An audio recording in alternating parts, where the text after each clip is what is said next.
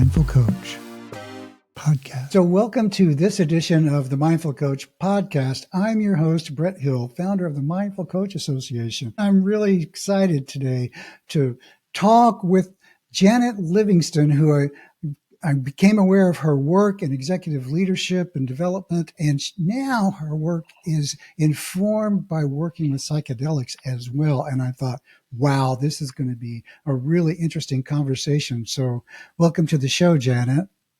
Thank you, Brett. It's so nice to be here with you. Thank you. I want to just give a little bit of a blurb about her work to kind of set the context here. She's a master facilitator, executive coach, and leadership learning program architect. She spent 8 years at Boeing no less, developing leadership programs for over 1,000 aviation leaders in China and India. And before that, she was an independent executive coach and consultant in communications and team performance. And currently, her coaching is enhanced by a study of psychedelic medicine, as well as internal family systems. Wow, you put those together, then you've really got an interesting combination of skills.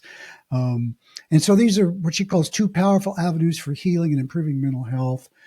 It's been the focus of her career for a while now. So I want to hear all about this, Janet. So how did you first get involved with, leadership development at all? Like, how was it that you wound up on that track?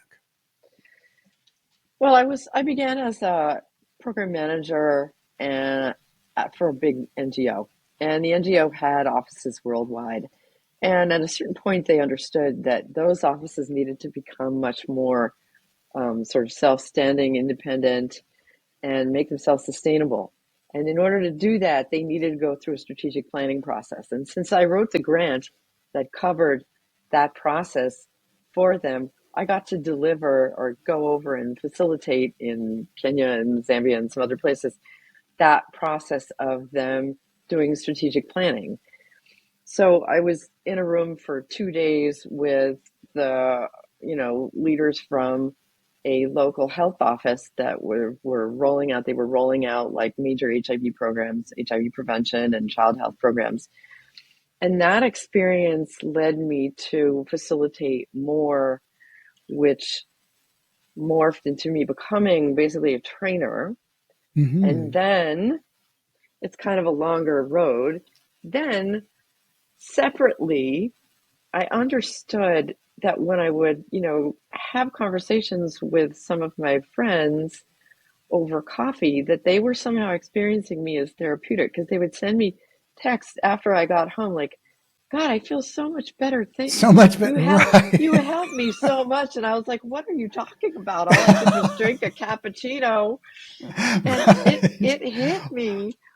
Yeah, it hit me like, oh, actually, I guess these people are not used to being listened to somehow. Well, exactly, right? And so here you show up and you're actually paying attention and they're going, this feels great.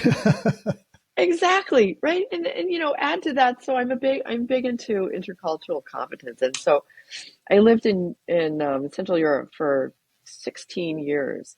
Oh my! And these experiences, may I ask what part of Central Europe? In Slovakia, which is former Czechoslovaquia, right? So in the capital, Bratislava. Yeah, which, by the way, is really close to Vienna. A lot of people don't know that, but it's right in the middle. That is interesting. Of Europe. If we could push pause on here and have another podcast, I'd love to hear all about how that cultural embeddedness, kind of did it, cause some reframing in the way you engage with people? Yeah, we can plan that. We can plan that for later, Brett.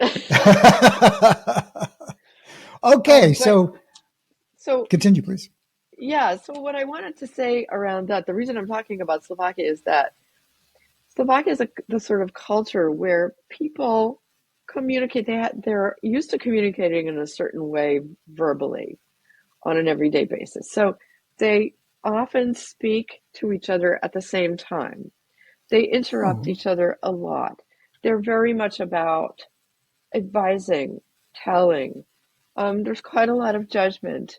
And this is common. I mean, most cultures we have this piece. It's fairly strong, right? There's I think I've seen that around. Yeah, right? You have these behavioral norms. And For me, what was really hard about living there was that, everyone for me was a sentence finisher. I would start and they would finish.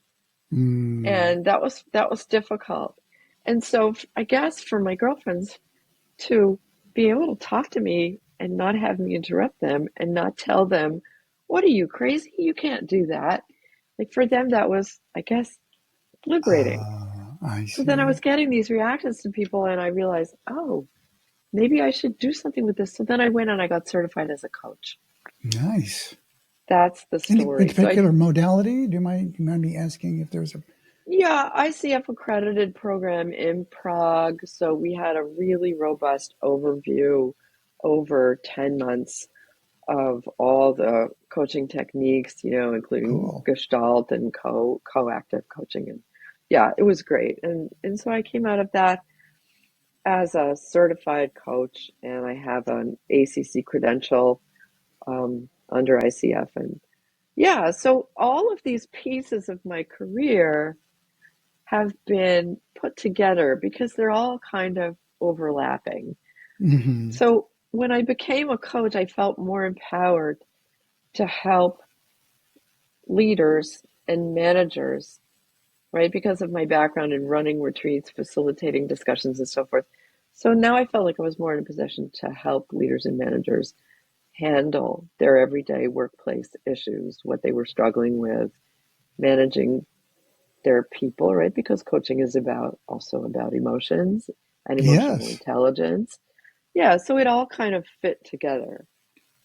I'll stop Oh, there. that's amazing. And so you started to do this work, and then you wound up at Boeing. I mean, that's a giant company, um, designing leadership programs for them.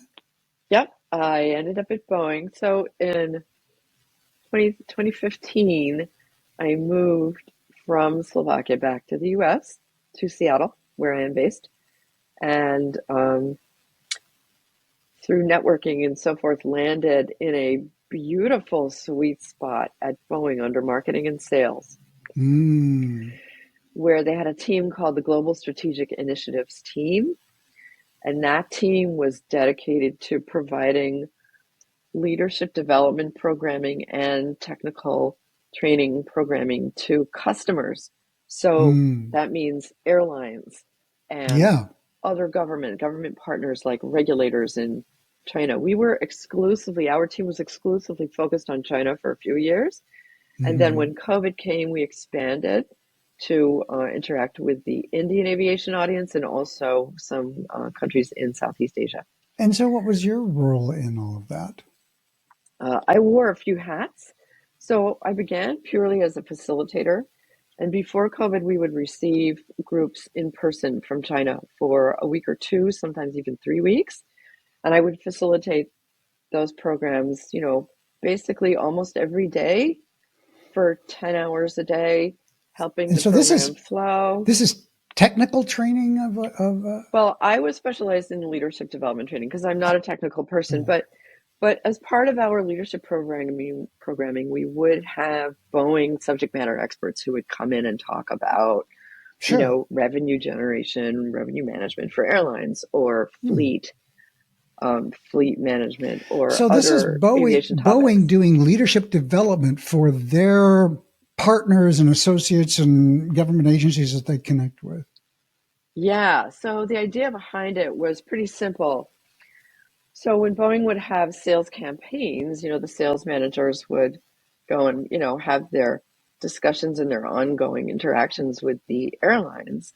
Hmm. When they got to the point where there was real interest from an airline in buying airplanes, the salespeople could include these kind of high level leadership development programming into the sales deal as an Oh, I extra bonus. see. And the Chinese airlines were Wow. very, very interested in this. We were lucky that they were very interested in that because it meant that they could come to us and not only be in a room with me and a bunch of Boeing subject matter experts, but they could also spend a few days at the University of Washington Foster School of Business and having like a really high level Oh, MBA mini course. yeah. And they would have the honor of visiting Boeing and going to the Yes. factory in So this Everett gets and them seeing where they access made in the ways wide they bodies. couldn't otherwise get. Yeah. Exactly. So I see. for them it was really a big deal. In fact, the chairman of those airlines who came would personally nominate the people who got to come to our programs, Wow. which is kind of mind blowing when I think about it. But so we would get sort of mid to senior level leaders. It depended on the program and the subject matter. Um, and the idea was that they would get that from us. Sometimes they would get it before buying, sometimes they would get it after buying the airplanes. And the idea was that if we upped their management skills, they would manage their airlines well, and then they And they would buy more grow. planes. And then we come back and buy more. Exactly, right? It So makes it's such a, sense. It's like I yeah, love this because this is like such inside baseball. yeah, The world doesn't even know this kind of stuff is happening. So I just right? love to hear This this was a kind of really thing. smart strategy, I think, on Boeing's part, and it was really a win-win for win for both sides. I have I relate to that somewhat. I did a similar sort of role with Microsoft. I was in the Microsoft for a while. I was worldwide partner technical readiness manager for Microsoft Wow. Online, which is a lot of words to describe going out and training people how to training the companies that sell Microsoft products, how to market them by showing them the cool new technical features, and Uh-huh. showing their value. So I have a little bit of a resonance with, yeah, okay, so we're going to go out and enable our partners to do well so that we can buy more product. And um, very interesting stuff. So you're not working at Boeing now, is that correct? Yeah, I Yeah. left Boeing. That's correct. And so now you're on your own and you're still doing a coaching business, and somehow or another, your practice got, as you say, informed by, psychedelics and the people that might be interested in those. So that's a very kind of seems like that's like on the other side of the Grand Canyon. So help us build a bridge here. How that show up for you? Yeah. Yeah. It sounds like it's on the other side of the Grand Canyon, but it's actually it's a trail that's a little bit It's just a farther away that's parallel also trail. going Yeah. down. Yeah. Thanks for the great metaphor. Yeah, so I have my own independent practice now as a leadership development person and executive coach. And I got interested in psychedelics because it started popping up kind of in the news. And I had a couple of friends who started to experiment with mushrooms. And I had met somebody who was looking to develop a startup to help psychotherapists understand more Oh, about interesting. psychedelics.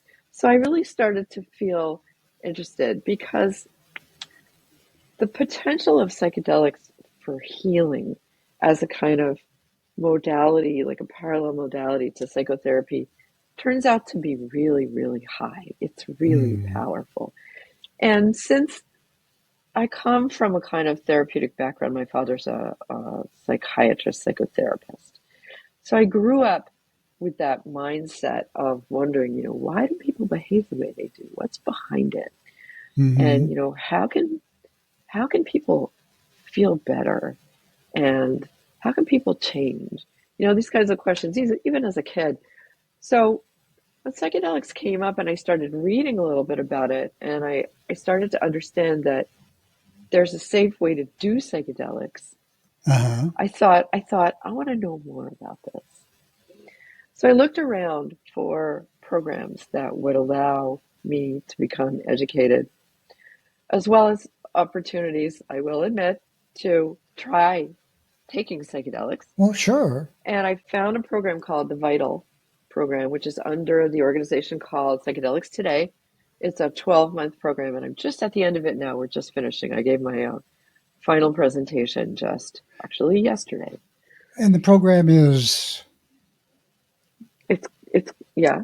what's the program? The program is called Vital, and it's psychedelics basically from A to Z. So it's comprehensive education about what psychedelics is, what the medicines are, where plant medicines come from, what the traditions are I from see. indigenous peoples, through what the neuroscience shows about the psychedelics effect on the brain, through psychotherapy aided by psychedelics through retreat facilitation, sitting, everything.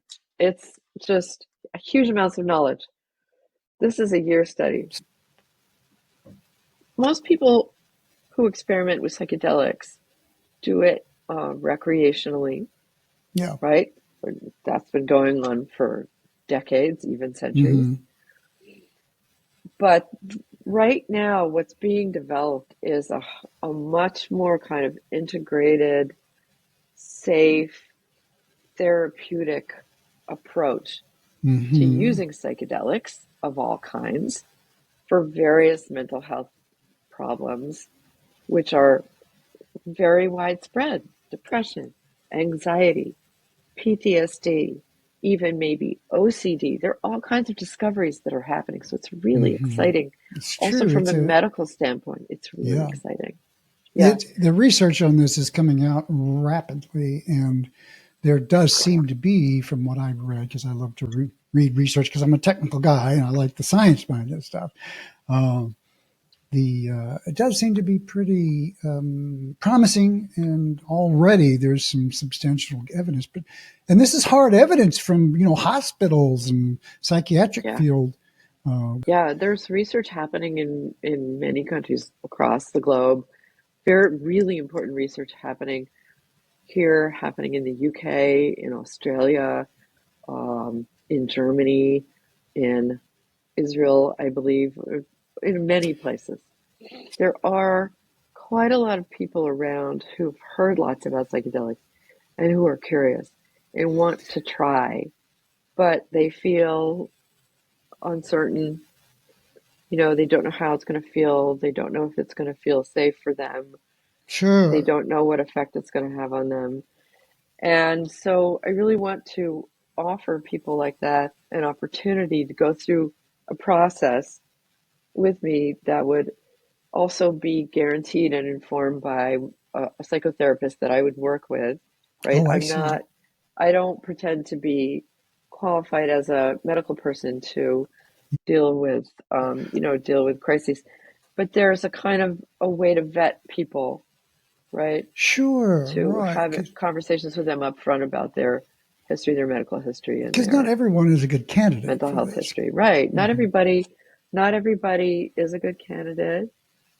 And for different reasons. A lot of people take antidepressants, and Mm-hmm. for example, they're not good candidates to have a real psychedelic journey. I mean, real in the sense of a really active, intense experience, because the antidepressants act on the same neurotransmitters as the psychedelics do. So the psychedelics Mm-hmm. will not have the desired effect on somebody who's actively taking antidepressants on a regular basis. Somebody like that would have to wean themselves off their medication first and then have a psychedelic experience. So And that could, for the people who are listening, because, we have listeners all over the place, what about the legal concerns around this? What would you advise people to do if they're interested, but they're not certain if this is okay where they are? well, it's mostly, I'm working specifically with psilocybin so far. Mm. And I'm looking at working with ketamine. Ketamine is completely legal. There are a number of ketamine clinics in Washington state, which are working to help people with their mental health. Um, Psilocybin mushrooms, right? That psilocybin is the active psychedelic substance in mushrooms, is decriminalized in Seattle for the purposes of enabling research that's happening around, including at the University of Washington. And Sure. preparation, which consists of basically having a coaching session or two or three. Recommended three is ideal, um, to understand what their concerns are if they have concerns, what they hope to achieve, what their intentions are if they want to talk about specific intentions for their journey, Mm-hmm. and then to help them in what the psychedelic community calls integration. Yeah. which so what's your understanding of the word integration, Brett? I want to ask you because there are many understandings of it. The notion of integration? Yeah, Well, psychedelic integration. psychedelic integration. Well, I think Yeah. it's kind of the same for non-psychedelic integration in the sense that neurologically, your brain requires that you make sense of any experience that you have. And so if somebody just jumps up out of the street and starts, saying you're Satan or starts being mean to you, you walk away from that experience in some way. You have to make sense of it, even though it's kind of illogical and unreasonable. They're a crazy person, but you don't know what's really going on.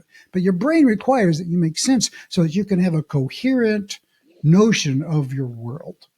Now, when you toss in a psychedelic into the biology of your system and you have an I'm going to call it out of band experience, meaning it's not a normal experience. Your brain struggles mightily sometimes to make sense out of that so that it can incorporate the experience into a framework that you can be comfortable with. Some of these experiences, in my experience, are so big that they kind of break your rules about what is so.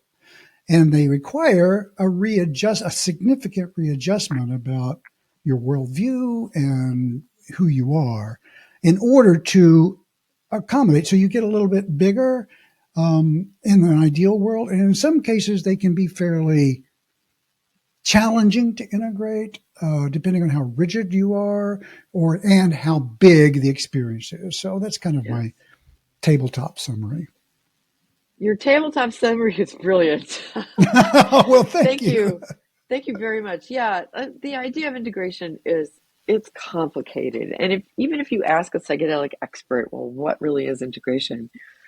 You'll get, you'll get a different answer with each person you speak to. But you described it really well. That, our human inclination is to want to make sense of things that happen to us, to want to interpret them somehow. And with psychedelics, since they work on parts of the brain that can be normally sort of subconscious. We're not conscious of all of what's happening inside our heads, right?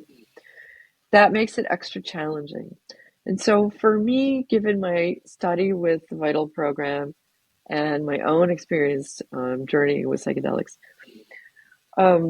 the best approach to integration that I currently know of is to approach it from several different angles.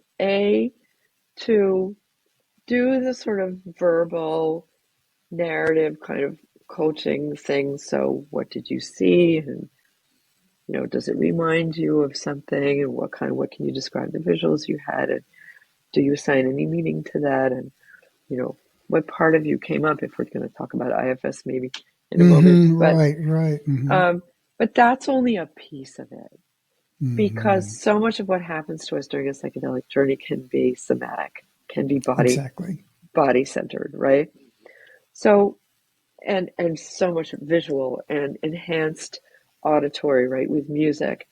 So Right. really other pieces of integration include expression through art, and that can be super useful close to the experience. So when you come down and maybe a half an hour later you sit down to draw, right? Mm-hmm.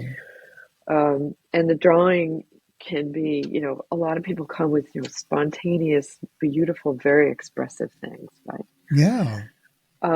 Even and movement. So I love dancing, that. free dancing to music, um, any other kind of movement that feels good, that feels needed.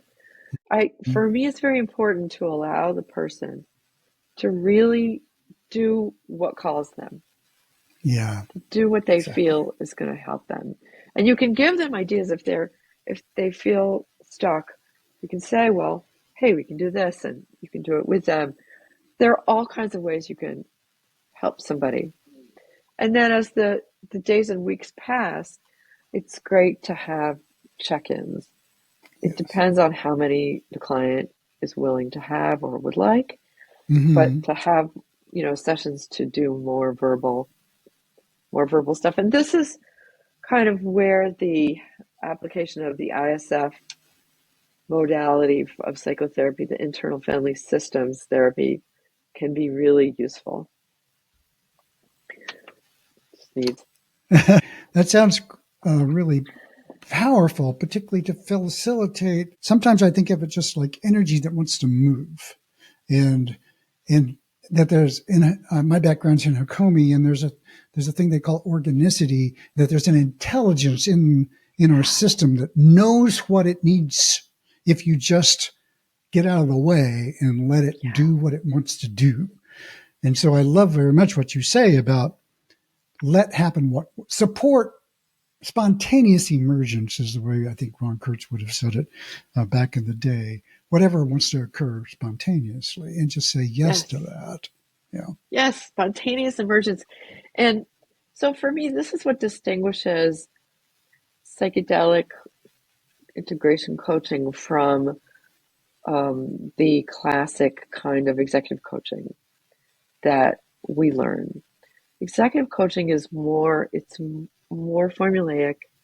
It's a little bit more directive in that we attempt to establish a goal with we ask the client for a goal up front, and then we will return to the goal somewhere in the middle to check in. So how are we doing now as opposed to when you began?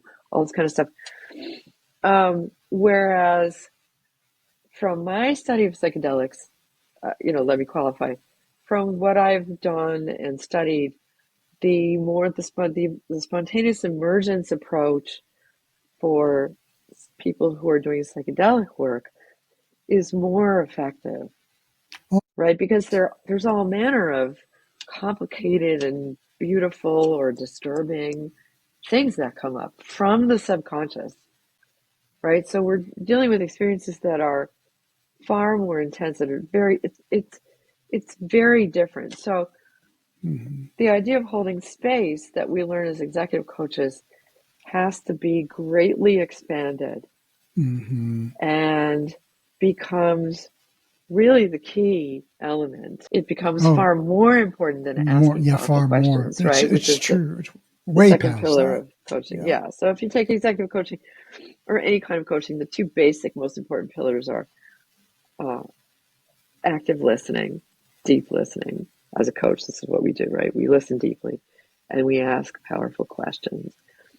But asking powerful questions can, if you do it too much with somebody who's coming off psychedelics, it can be invasive. Oh, right. You go because they go all the way in, whereas most people are just hearing the words and then the subconscious kind of responds with well, I feel a little funny about that. But when all of that neural structure that's normally there isn't present, it's just like, boom, it's a depth charge that goes farther, harder, faster than you were planning. Yeah, there's a lot going on. I think the key here is really to get experience. Yes. To get experience doing psychedelics yourself, to really understand what it means to have a consciousness raising moment. Yeah. And so not just once. I want to interrupt you right there because I want to just blow that up a little bit. To have a consciousness raising moment. What do you think that means? So there are many people who have described their psychedelic journeys. They've had, the spectrum is very large. Some people who do higher doses of psychedelics experience what's known as ego dissolution. I personally have not experienced that, but the stories about it are that one ceases to feel one's own individuality as an ego, as a person, and becomes part of the cosmos, becomes part of a much greater whole. Yeah. Yes. So imagine, what you have to be mentally stable and grounded enough to be able to handle an experience like that, Yes. right? That's why people who do serious journeys need to be vetted for mental health Hmm. Hmm. conditions. But so that's the peak experience. And up to that, there are any number of experiences where one can tap into old memories that have been suppressed, right? That is a form of consciousness raising. You're seeing something that's inside yourself that you would never have been able to see without psychedelics. And also in ways that you might know it's there. It's alive in dimensionalities in ways that might sound frightening to some people, but it presents in like I mentioned before in a way that the organism can relate to. So we need to head towards the end gate here. So I wanted Yeah. to ask you, what would you say to coaches or others out there who are interested in learning how to facilitate like you have? What would you, and realizing that people are in different states with different sorts of resources, where would you have them go? What would you tell them how to begin? Well, I would definitely recommend taking the long-term approach. I mean, it takes time. It really, really does. And everybody says that up front, and you might think, yeah, come on, it can't be that complicated. You take the drug Oh, and you have an experience and someone helps you with it. No, there's really a lot to learn from, you know, philosophy, through history, through medicine, through psychology and psychotherapy and facilitation techniques and all this kind of stuff. So it's a lot. So I really recommend, if you're serious about it, find a program that you're willing to take. They can be expensive. Some of them offer mhm. scholarships. So it's good to sort of investigate all of them. Taking a program is absolutely legal, right? It doesn't involve taking a drug that may be illegal in your state. Mhm. And then there are places where you can go for retreats where you can have guided experiences Mhm. in Mhm. an environment where it's fully legal. Costa Rica, Jamaica, parts of Colorado, or maybe Colorado in general, I believe. What about Um, Washington State? there are Washington State. There are cities where it's decriminalized. Oh, We want to be clear that we're not advising anybody to do something that's illegal, no, and absolutely, we would advise people to just look up the rules in your area and see what they are and abide absolutely by become abide by informed. them, and then find ways to educate yourself that makes sense for you. Yeah, And that might mean you have to travel. It might mean doing online services and all that. So so absolutely. Yeah, the course I'm taking is online, and it's mhm. been hugely valuable. So that's another way people can go. How can people reach you if they want to connect with you and find out more about your work? Yeah, so they can reach out to me. I have a new website that's under construction. Perpetual It reconstruction. doesn't exist yet. Right. Uh, Under construction. So I'm directing people to my current website, which will be the old one, and that is cultureiskey.coach. That's Okay. one word, cultureiskey.coach. They can also email me at janet@cultureiskey.coach. And you can find me on LinkedIn under my full name, Janet Livingstone. I'm based in Seattle. I believe there's more than one Janet Livingstone on LinkedIn, which is interesting. There's a nurse named Yeah, Julia. right. Yeah, We'll put and all her this in the email show is notes too, so people don't need to write it yeah, down. But yeah. so people Please can reach find. out if you want to Yeah. talk, if you're interested in classic executive coaching. Anyone in the audience listening today, I'm continuing to do my classic leadership development and executive coaching work side by side because both are just endlessly interesting to me, and I believe that they are important. So, yeah. have you. So thanks again. And so for listeners, check out the show notes, connect with Janet. If you're a coach or helping professional who values mindfulness in your life, check out the Mindful Coach Association. You can list your services there for absolutely free, because I'm a crazy person and I put this website up and I decided we want to elevate all the coaches in the world who are trying to do good work. It doesn't cost you a dime and people can find your work there. So thank you so much, and we'll talk soon.